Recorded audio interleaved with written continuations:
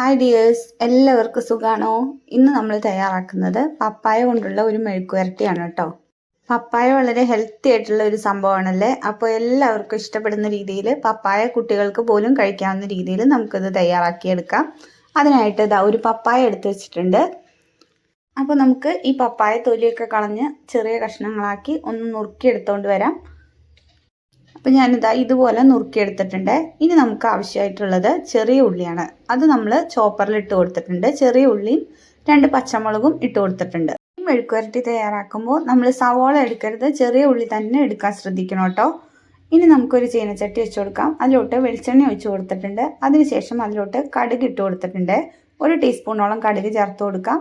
അതിനുശേഷം നമ്മൾ അരിഞ്ഞു വെച്ചിരിക്കുന്ന ചെറിയ ഉള്ളിയും പച്ചമുളകും കൂടെ ഇട്ട് നന്നായിട്ട് തന്നെ മൂപ്പിച്ചെടുക്കാം.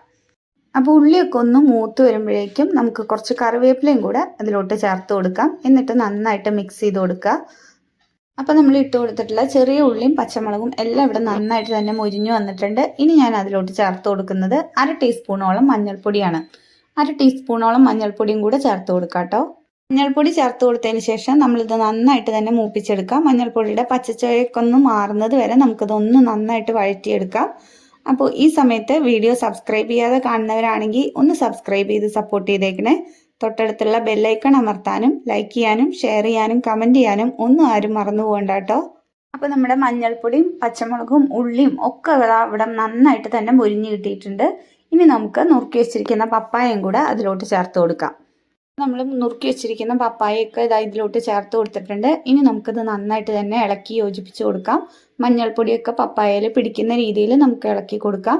ഇനി നമ്മൾ ഇതിലോട്ട് ചേർത്ത് കൊടുക്കുന്നത് നമ്മൾ വേവിച്ച് വെച്ചിട്ടുള്ള വൻപയറാണ്. വൻപയർ കഴുകി കുതിർത്തിയതിന് ശേഷം ഒന്ന് വേവിച്ചെടുത്തതാണ്.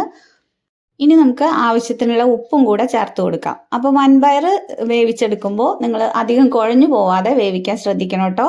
കാരണം നമ്മുടെ ഈ മെഴുക്കുവരട്ടിയൊക്കെ തയ്യാറാക്കുമ്പോൾ നമുക്ക് വൻപയർ അതിൽ കുഴഞ്ഞു പോയാൽ അധികം ടേസ്റ്റ് ഉണ്ടാവില്ല. കുട്ടികൾക്കൊന്നും ഇങ്ങനെ കുഴഞ്ഞ പരുവത്തിലിരിക്കുന്ന മെഴുക്കുവരട്ടി ഇഷ്ടം ഉണ്ടാവില്ല.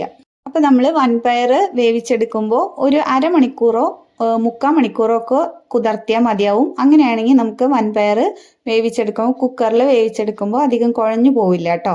അപ്പോൾ നമ്മൾ വൻപയറൊക്കെ വേവിച്ചിട്ടാണ് ചേർത്ത് കൊടുത്തിട്ടുള്ളത്. ഇനി നമ്മൾ പപ്പായ വേവാനുള്ള വെള്ളം മാത്രം ഒഴിച്ചു കൊടുക്കുക. അപ്പോൾ ആവശ്യത്തിനുള്ള വെള്ളം കൂടെ ഒഴിച്ചു കൊടുത്തതിന് ശേഷം ആവശ്യത്തിനുള്ള ഉപ്പും കൂടെ ചേർത്ത് കൊടുത്ത് നമുക്കിത് അടച്ചു വെച്ച് കൊടുക്കാം. അപ്പോൾ നമ്മുടെ പപ്പായൊക്കെ അവിടെ വെന്ത് റെഡിയായി വന്നിട്ടുണ്ട്. ഇനി നമുക്കിതിലോട്ട് കുറച്ച് കറിവേപ്പിലയും കൂടെ ചേർത്ത് കൊടുക്കാം. എന്നിട്ട് സ്റ്റവ് ഓഫ് ചെയ്ത് കൊടുക്കാം.